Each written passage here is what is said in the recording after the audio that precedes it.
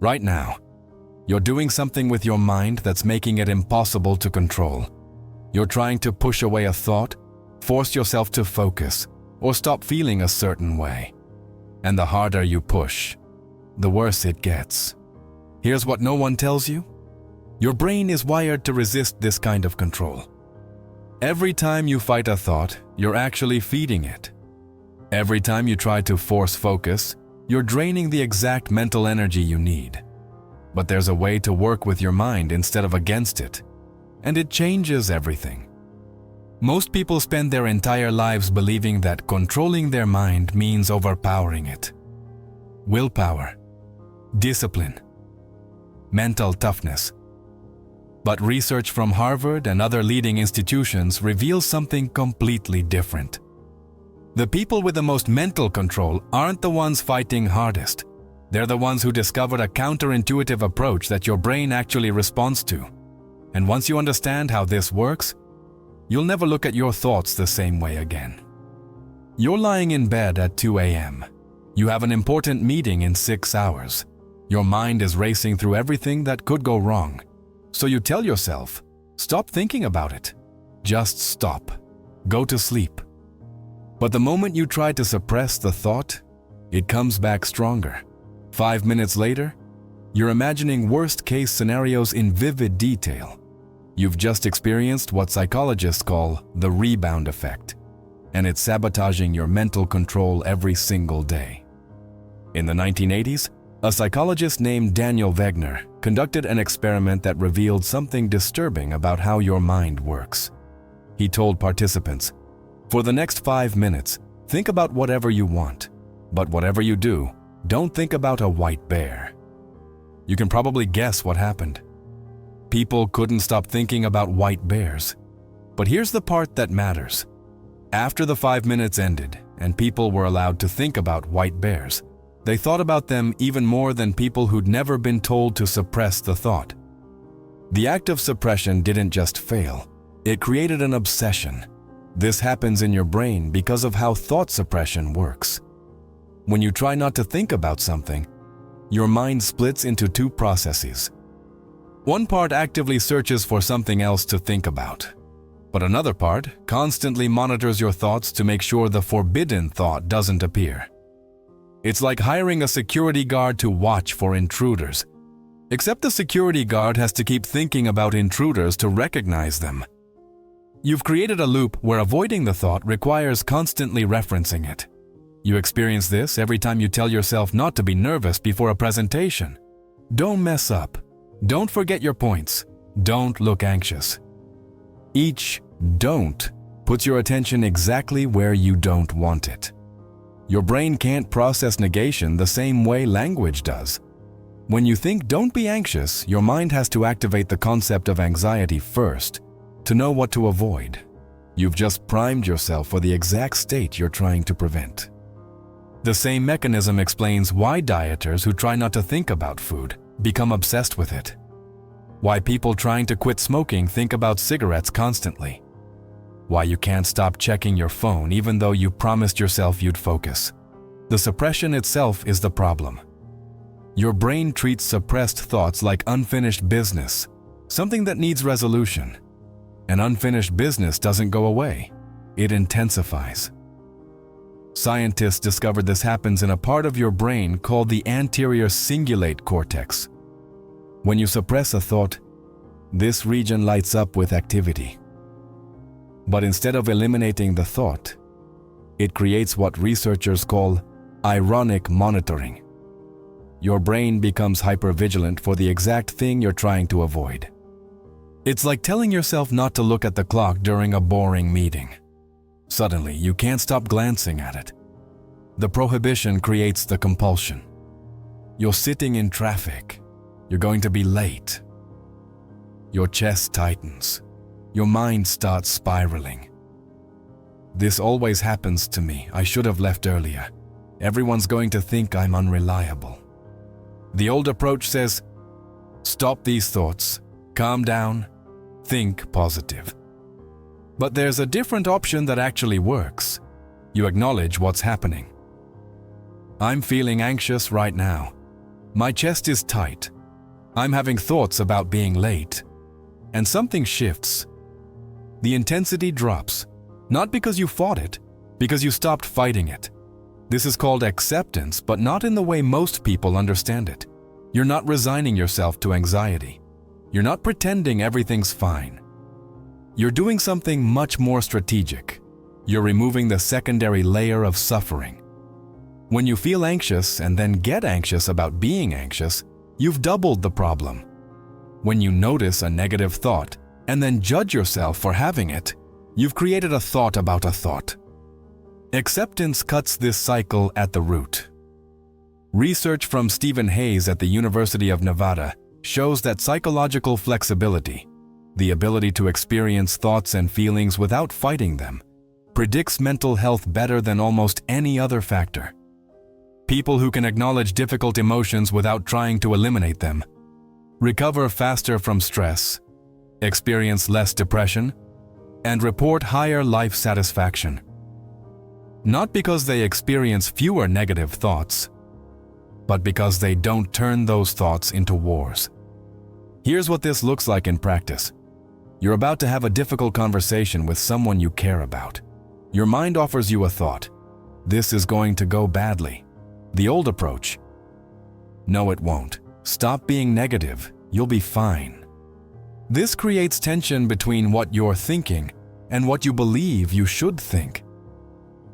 The acceptance approach. I'm noticing I'm worried this will go badly. That's what my mind is doing right now.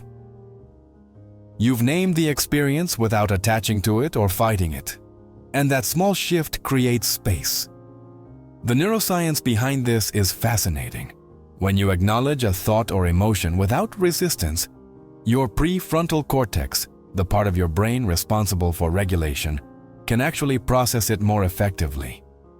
Brain imaging studies show that simply labeling an emotion, "I'm feeling angry," reduces activity in the amygdala, the region associated with emotional intensity.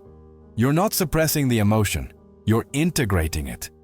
And integration is what allows it to pass. Think about the last time someone told you to calm down when you were upset. It probably made you more upset. That's because being told to change what you're feeling creates resistance.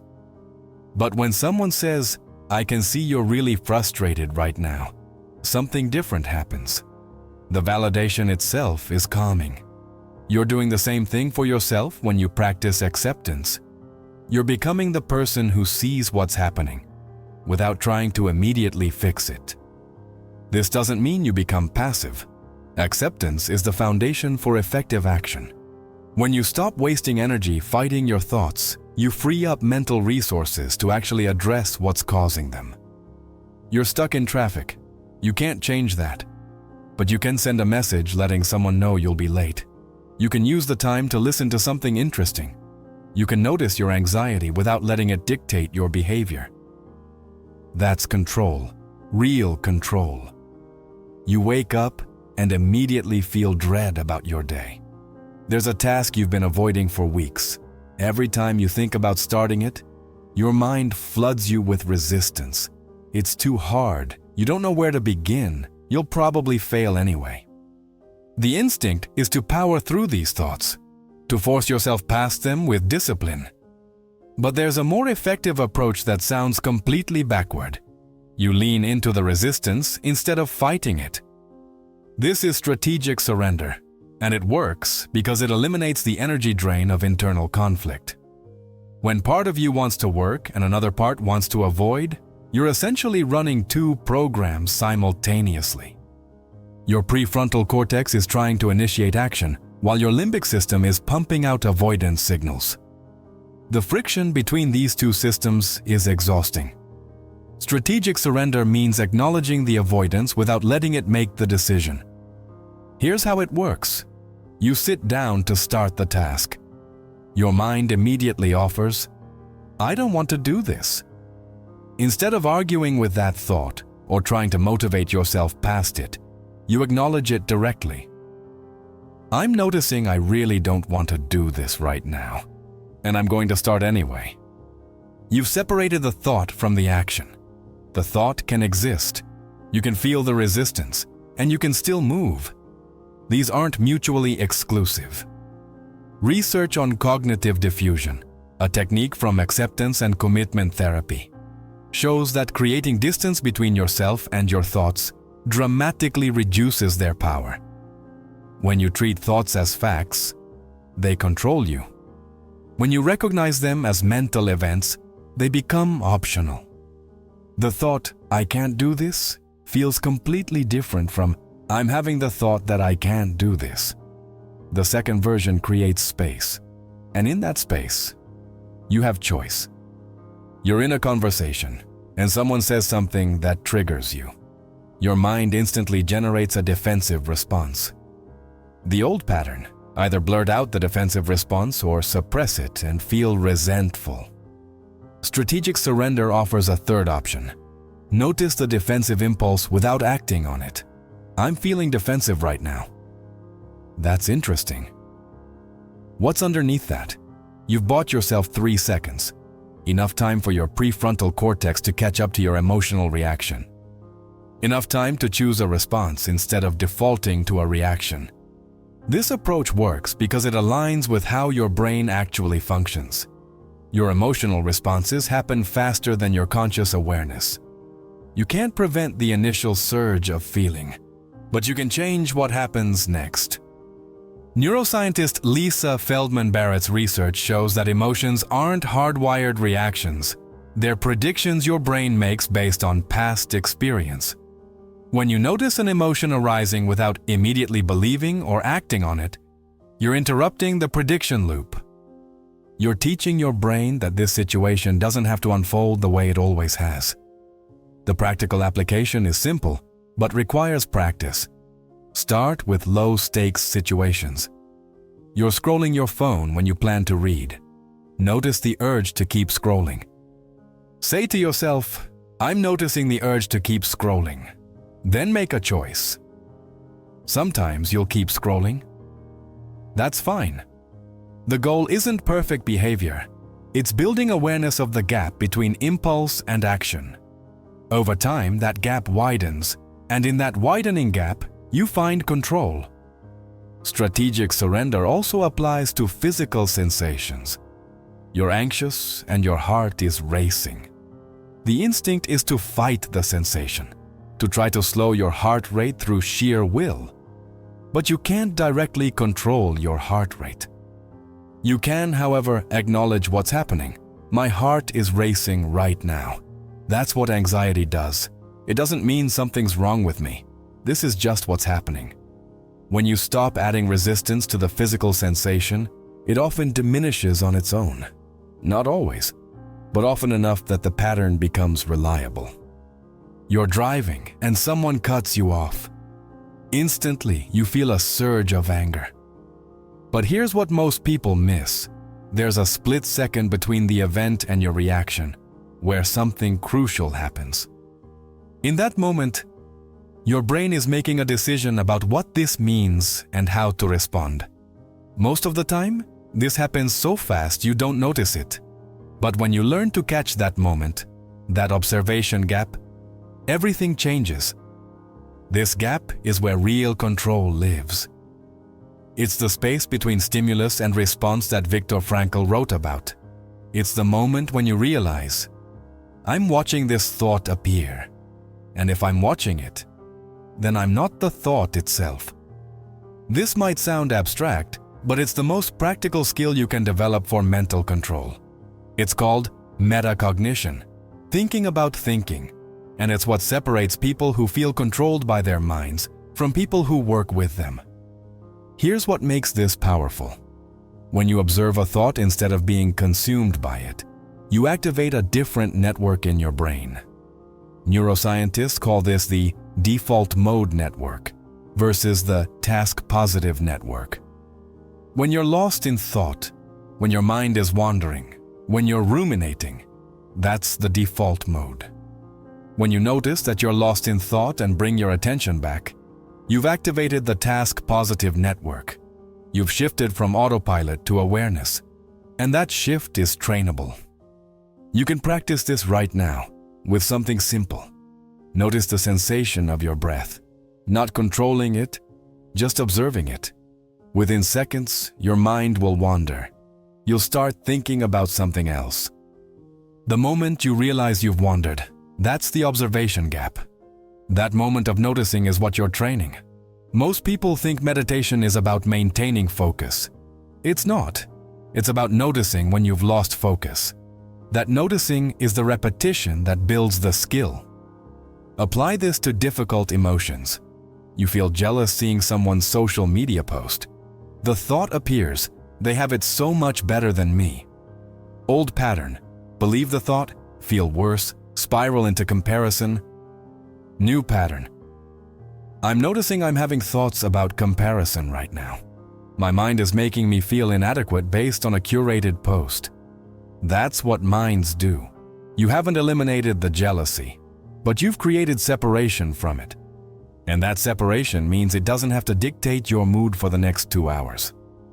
Research from psychologist Michael Treadway at Emory University shows that people who can observe their thoughts without getting tangled in them show less activity in the brain regions associated with self-referential thinking. They're not taking every thought personally. They're not treating every feeling as a fact about who they are. This isn't dissociation or emotional numbness. It's discrimination, the ability to distinguish between a thought and reality. The observation gap is especially powerful with repetitive negative thoughts. You have the same worry loop every night before bed. What if this project fails? What if people judge me? What if I made the wrong decision? These thoughts feel urgent and important because they're yours. But when you observe them, oh, this is the what if pattern again. My mind is doing its catastrophizing routine. They lose their grip. You've seen this movie before. You know how it ends. And knowing that changes your relationship to it. Here's the practice that builds this skill faster than anything else. Set a timer for 2 minutes. Close your eyes and simply observe whatever thoughts appear. Don't try to clear your mind. Don't try to think about anything specific. Just watch. A thought will appear. Notice it. It will pass. Another will appear. Notice it. You're building the muscle of observation. The thoughts don't stop coming, but you stop being swept away by them. Over time, this observation gap starts appearing automatically in moments that used to trigger you. Someone criticizes your work. Before you can react defensively, there's a pause. I'm noticing I'm feeling defensive. What's true about what they said? What's my ego reacting to? That pause, that gap, is where wisdom lives. It's where you stop being reactive and start being responsive. And response is control. Real, lasting control that doesn't require you to fight yourself every day. This script has fundamentally changed how you think about mental control. Not as a battle, not as suppression or forced positivity, but as a partnership with your mind based on how it actually works. The paradox is real. The less you fight, the more control you gain. The more you observe without judgment, the more power you have to choose. Your mind isn't your enemy. It's a tool, and now you know how to use it. If this changed how you see your thoughts, share it with someone who's struggling with theirs. Drop a comment with the biggest insight you're taking from this. I read everyone, and subscribe because we're going deeper into practical neuroscience that actually improves your life. You've just learned what no one tells you about controlling your mind. Now go use it.